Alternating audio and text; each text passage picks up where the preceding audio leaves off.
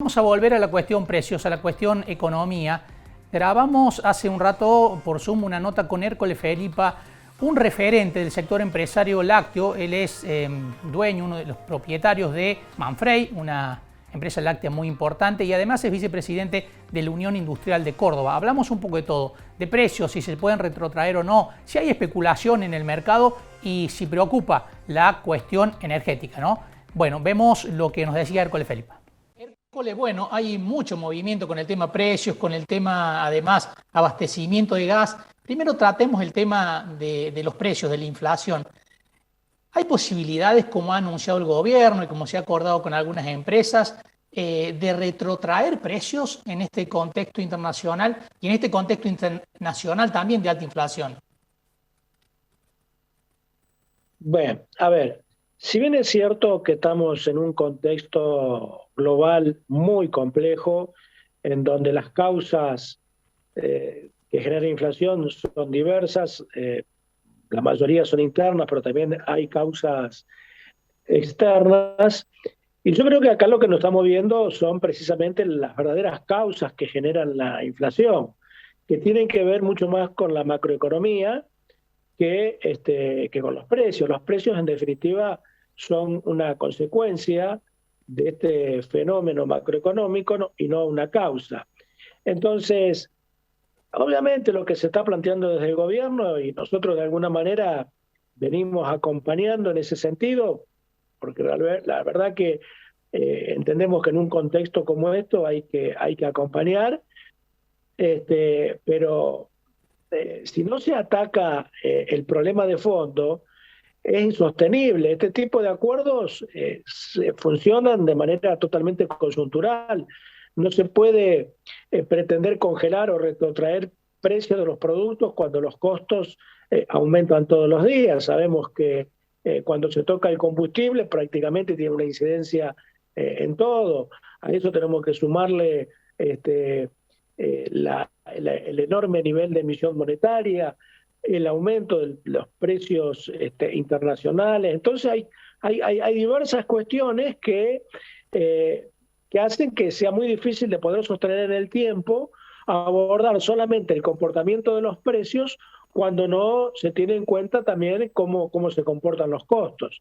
Y en eso nosotros, como te decía recién, de alguna manera acompañamos con propuestas, con la aplicación de determinados mecanismos, en donde también entendemos que hay un segmento importante de la población, fundamentalmente en el rubro de alimentos, que se le hace cada vez más difícil.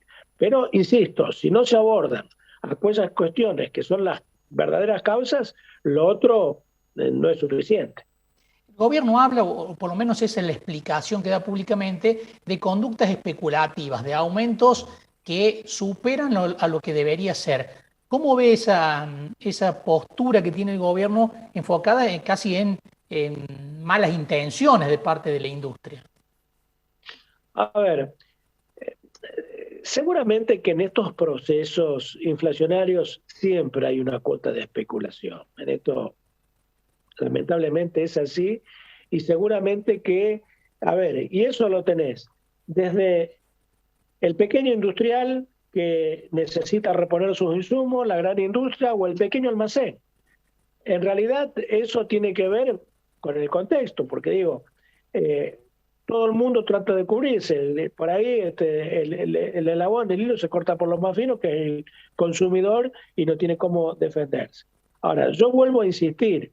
Por ahí el gobierno habla de monopolio, concentraciones, incluso al sector al que yo pertenezco, la empresa que mayor volumen maneja en el país tiene el 12% del total de la leche.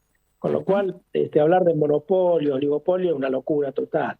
Y culpar a los empresarios como responsables de esta situación me parece que no es lo más saludable. Y vuelvo a insistir, con esto no estoy queriendo decir que en todo este contexto no haya una cuota de especulación, seguramente que la hay, como lo hay siempre en estos procesos. Pero el problema de fondo sigue siendo otro. Claro. En el sector lácteo, ¿qué pasa? El sector al que usted pertenece, Hércole, también, que ha tenido muchos movimientos de precios, ¿no? Mira, el sector nuestro, a ver, Sí, ha tenido movimientos de precio, pero es un tema, mira, que yo justamente hace unos días que tuve una reunión con el secretario de Comercio Interior, con Feletti, yo le manifestaba números que publica el INDEC, ¿no? Que cuando se analizan los precios, se analiza la inflación minorista, que es lo que paga el consumidor. Cuando el INDEC publica esos datos, a los pocos días, a la semana siguiente, publica lo que es la inflación mayorista, el IPIM. Y si nosotros analizamos el comportamiento de los precios mayoristas, en el último año la diferencia es de casi un 19%. ¿Eso qué significa? Que los precios al consumidor aumentaron un 18,6% más que a nivel de precios a salida de fábrica o precios mayoristas. Si el mismo razonamiento lo hacemos tomando los 2 últimos años, esta diferencia se va a un 24%. Entonces, lo que nosotros le planteamos a los funcionarios de comercio interior, que por ahí el esfuerzo que se está haciendo desde la producción para poder acompañar a través de un programa, no se ve reflejado a nivel de consumidor, que los precios de consumidor aumentaron bastante más que los precios a salida de fábrica. Y con esto no estoy queriendo decir que haya una apropiación de la renta, ni mucho menos. Probablemente también hayan aumentado los costos para la cadena de distribución más que el resto. Pero digo, por ahí se nos mira a los productores de alimentos como los malos de la película, pero hay otras cuestiones que están pasando en el medio antes que el producto llegue al consumidor que hace que el consumidor tenga que pagar un mayor precio. Hércole, ¿cómo están viendo la cuestión del gas, ¿no? Que hay preocupación por el abastecimiento, ha habido advertencias de que podría haber cortes a las industrias antes de lo que ocurrieron el año pasado, precisamente por la suba del costo que tiene el gas y porque el país no tiene los dólares para importar la cantidad que necesita? Bueno, ese es un tema no solamente el gas, sino el resto de los combustibles, como puede ser gasoil o fuel oil. Creo que vamos a tener un invierno muy, pero muy complejo, en donde el tema energético va a tener un capítulo muy particular. Obviamente que cuando empieza a escasear, el corte va a ser para las industrias. Entonces creo que hay que estar muy atento con eso. Nosotros estamos tomando previsiones en cuanto a reservas con combustibles alternativos, pero tampoco no hay demasiado margen que se puede usar cualquier combustible, depende de la matriz energética que tenga cada planta. Pero me parece que vamos a tener un año desde ese punto de vista muy complejo, agregarle a todas las dificultades que ya tenemos. ¿Y eso puede tener consecuencias en la recuperación de la economía? ¿Puede llegar a ese nivel de magnitud del faltante de energía? Totalmente, totalmente, sí, sí. A ver, hay muchos factores, por ejemplo, hoy eh, la falta de algunos insumos para poder producir ya están teniendo un impacto en la recuperación del nivel de actividad. Cuando se analiza muchísimas actividades que por ahí no pueden estar produciendo al ritmo que deberían por falta de insumos, bueno, eso hace que atente contra ese indicador positivo. Si nosotros vemos incluso en los puestos de trabajo, en las cifras que se dieron a conocer el otro día, que hubo una recuperación del empleo, bueno, lamentablemente se puede ver afectado por falta de insumos y por falta de combustibles. Más allá de los elementos objetivos de la economía, ¿les preocupa lo que está ocurriendo a nivel político en el oficialismo? Esta falta de capacidad de encontrar puntos en común entre la Casa Rosada y por ahí el cristinismo que introduce tanto ruido a nivel político.